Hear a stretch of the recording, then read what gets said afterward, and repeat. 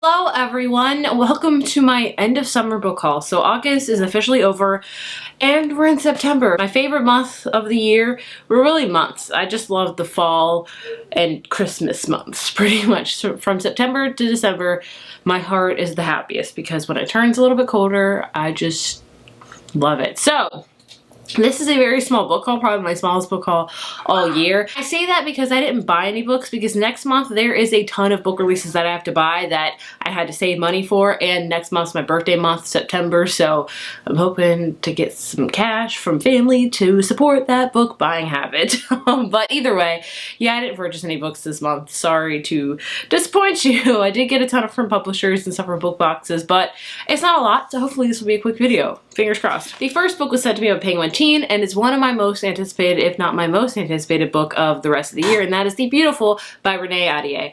This is a vampire book. Vampires are finally making a comeback in YA fiction, and my heart is happy. I've loved vampires ever since Buffy. I'm Buffy, the vampire slayer, and you are? If the apocalypse comes, beat me. It is what it is. I always say that, and will continue to say that. Twilight didn't start my vampire love, Buffy did, the OG. So either way, this one is told in 1872 in New Orleans, and it's basically about a girl, I think, that discovers vampires. I don't know if she becomes one herself, but she discovers this underground gang of like vampires, things like that. That's all I want to know. I just want to hear vampires and just dive into it. Renee Ahdieh also wrote the Wrath of the Dawn duology, which I really enjoyed. So either way, I'm very much anticipating this one and very excited. This one comes out in October. You best believe I'm going to read it in October because vampire spooky. I'm so excited. This one was sent to me by Delacorte Press, and that is The Babysitter's Coven by Kate Williams. First of all, this cover is everything. I love it.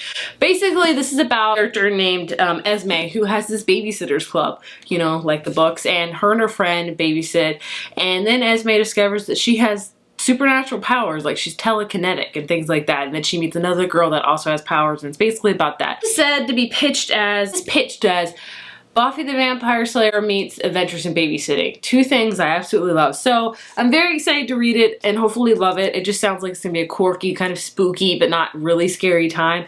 And it's about like supernatural babysitters, so I'm on board with that. Next up, Avon Books sent to me The Wrights Wife by Alicia Rye. I'm very excited for this one. This is an adult rom-com or chick lit, whatever genres there are. There's so many different subgenres, it's ridiculous. I know, it's about this girl named, Rhiannon, I'm so sorry for pronouncing that wrong, and she has created this like app that I think is like a swipe right thing, like Tinder. I'm old, I don't know about dating apps, so forgive me on that as well.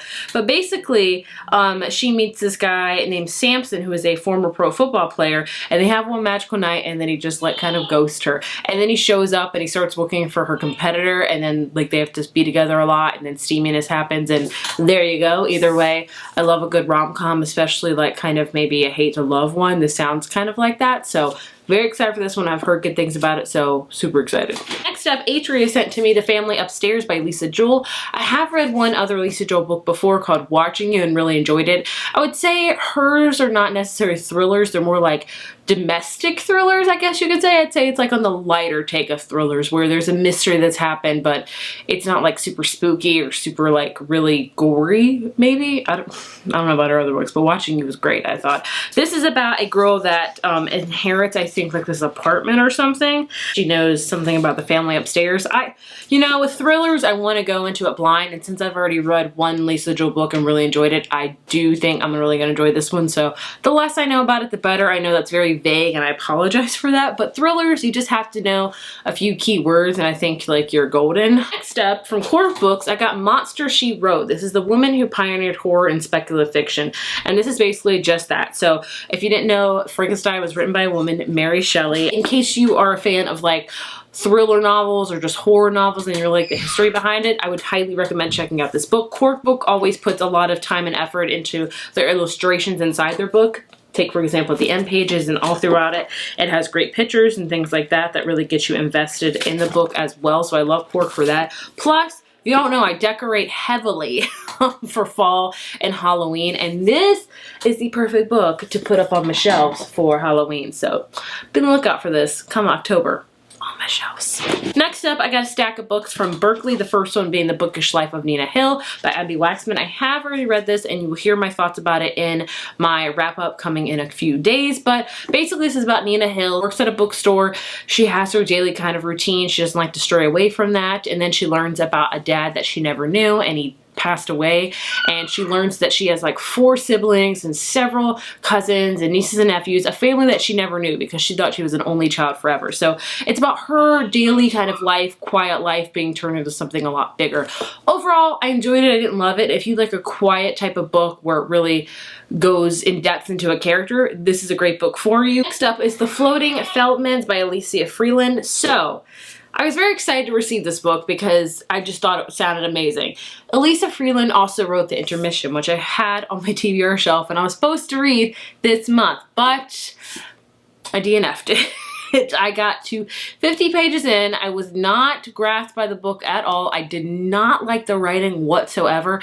Not that it was bad writing, I just didn't jive well with it. Sometimes when you're a reader, you could read a book and you were like, I didn't really like the writing. You could meet somebody else, it's like the writing was amazing. So everyone's got their own opinions on writing. That's just how it is. So I do want to read this, but I'm not like super stoked because I didn't like the writing in The Intermission, so I don't know if it's gonna be the same as this one. Basically, this is about a family, the Feldman family, that goes on a cruise, and I think that they're gonna behave like an actual family, but then I think family secrets get out, things like that. Either way, that's what it's about. I do love the cover, and it sounds interesting, like a family with a cruise and, you know, secrets coming out and things like that, but I really did not like the writing I really did not like the writing in The Intermission, so I'm nervous. They also gave me Her Royal Spyness Solves Her First Case by Reese Bowman. This sounds like a historical mystery novel. I don't know. I don't read a lot of these, and I'm just thrilled with this last bit. I'm wondering what to do when an arrogant Frenchman who is trying to swipe our family estate winds up dead in my bathtub. Now my new job is to clear my very long family name. So I don't know if this is historical fiction or you would call it a cozy mystery. I'm not quite sure of the genre. Either way, I think I'm not gonna read it anytime soon, so there's the tea on that. Last books I have before I get into my book boxes I got sent by Penguin. The first one being Frankly in Love by David Yoon, which I also read this month and did enjoy. It's gotten beat up a lot because of my son. Either way, David Yoon is the husband of Nicola Yoon. Nicola Yoon wrote Everything, Everything and The Sun Is Also a Star. I love The Sun Is Also a Star. It's one of my favorite YA contemporaries of all time. This one is about a character named Frank Lee. Get it? Frankly in Love. See what he did with the title there? Very catchy. But he is a Korean American. His parents are Korean and they were born in Korea and they moved over here to get a better way of life. And they had Frank. And Frank is really Americanized. He likes America and his parents are really rooted in their Korean culture. So this whole book is about Frank trying to figure out what he wants to do with his life. His parents also want him to be with a Korean girl. No other girl will do. American, any other heritage will not do, only Korean. So of course Frank falls in love with an American girl. So he has a friend named Joy who is also a Korean American, and what do you know? She's also in a relationship with somebody that's not Korean. So they decide to kind of fake date to appease their parents, and then they use the opportunity to sneak out to be with each of their significant others. But then feelings start to emerge between Frank and Joy, and it's all about that. I really enjoyed this. I thought it was a great debut. It was a little bit lengthy in my opinion. I'll talk about it more in my wrap up, but I enjoyed the representation I have of Korean American. I always love reading about that. This also gave me such Gilmore Girls vibe because it reminded me so much of Lane Kim. If you don't know Gilmore Girls, Lane Kim is also a Korean American, and her mom wanted her to marry a Korean doctor. That's all she wanted her to do. Miss Kim, that was her way of life, and that's all that she believed in. And jeez. Who are you? Why you call Lane? How you know Lane? Well... You date her? No. You try to? No. Then why are you here? I... Empty your pockets. I see all. And Lane was very struggling with that because she did not want that at all. So it really reminded me of that, which I really love that as well, because I don't feel like we don't get a lot of Korean American representation in YA fiction. So I love that David Yoon brought this to the table and I learned more about it, and I highly appreciate that. But yeah, this one comes out in September, so definitely check it out because I thought it was a great debut. We start here by Tris Dollar. I love this cover. It's Polaroid summer. Too bad summer is over. This is about 2 girls that go on this sailing trip with their they were supposed to go with their best friend, but I think she passed away, which I think is why I probably haven't read it yet, because I don't do good with that. But it's basically about their summer trying to honor their best friend and going on a sailing trip. So it sounds like everything I want in a book, but it's a little bit too sad for me right now, so I'm kind of like straying away from it. So I think I'm gonna hold on to this for next summer and read it then. Hopefully my heart can take that. And the last few books I want to share with you are books I got in book boxes. The first one from Alcrate is House of Salt and Sorrow by Erin A. Craig. This is a retelling of the 12 Dancing Princesses, only a little bit more gothic-y and vintage. Is that the right word? I don't know. I've heard really good things about this book. I've been off my YA fantasy game. This is true. I've been off my YA fantasy game so much. I've been thinking about changing this whole shelf because I'm just like, I don't read these a ton anymore. So I should probably move these down here and put some other genre books up here. What 2 genres would you love to see on my shelves, by the way? This is like kind of my favorite YA fantasy. This is a lot of my favorite adult fiction, things like that. There's some contemporaries. Should this be down here? Should just YA contemporaries be up here? I would love your feedback.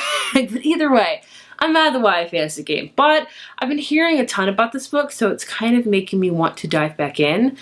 Tell me more about this book if you love it. If I get enough comments that are like, read this, I'm gonna read it soon. Lastly, I have my book of the month picks. I have my YA book of the month. If you're interested in book of the month at all, I'll leave all the links down below for that. This one is Hello Girls by Brittany Cavallaro and Emily Henry, and it's about like a Bonnie and Clyde type of thing. If I'm not mistaken. I haven't heard the best about this. Also, I don't do well with Emily Henry's writing. One of my least favorite books of all time was The Love That Split the World, and I'm nervous about this just because I didn't enjoy that book that at all, but I love the premise of it. The cover is also freaking amazing, so I would love like a really feminist Bonnie and Clyde. Like, that sounds amazing to me. So let me know about this as well. I have Well Met by Jen DeLuca. I love this cover, and this is an adult rom-com, and it's basically about this girl named Emily who moves to a small town in Maryland. She gets roped into helping her sister at the Renaissance Fair, and then she meets this guy named Ethan who is a teacher, and they kind of loathe each other outside the Renaissance Fair, but during the Renaissance Fair when they have these parts to play, they have such good chemistry and such good like charisma, chemistry, I don't know, probably chemistry is the right word to go with it throughout. And she wonders maybe there's something there, but if only they would get along outside of the Renaissance Fair. That would be nice. But this sounds like an amazing hate to love book, and in what do you know, my favorite trope in romance is hate to love, so definitely gonna read this soon. There you have, those are all the books I have to share with you. Again, not a lot, which is probably a good thing for my shelves because my TBR shelves need a break, but I'm excited for all these, and hopefully we'll read all of these soon. I don't know. Something release coming out later this year, like that's all I can literally think about because I'm so excited. Either way, once again, if you've heard of any of these books, please let me know in the comments down below. I'll try to link all the books below as well, and the book boxes, and etc, etc. Thank you for watching. Bye.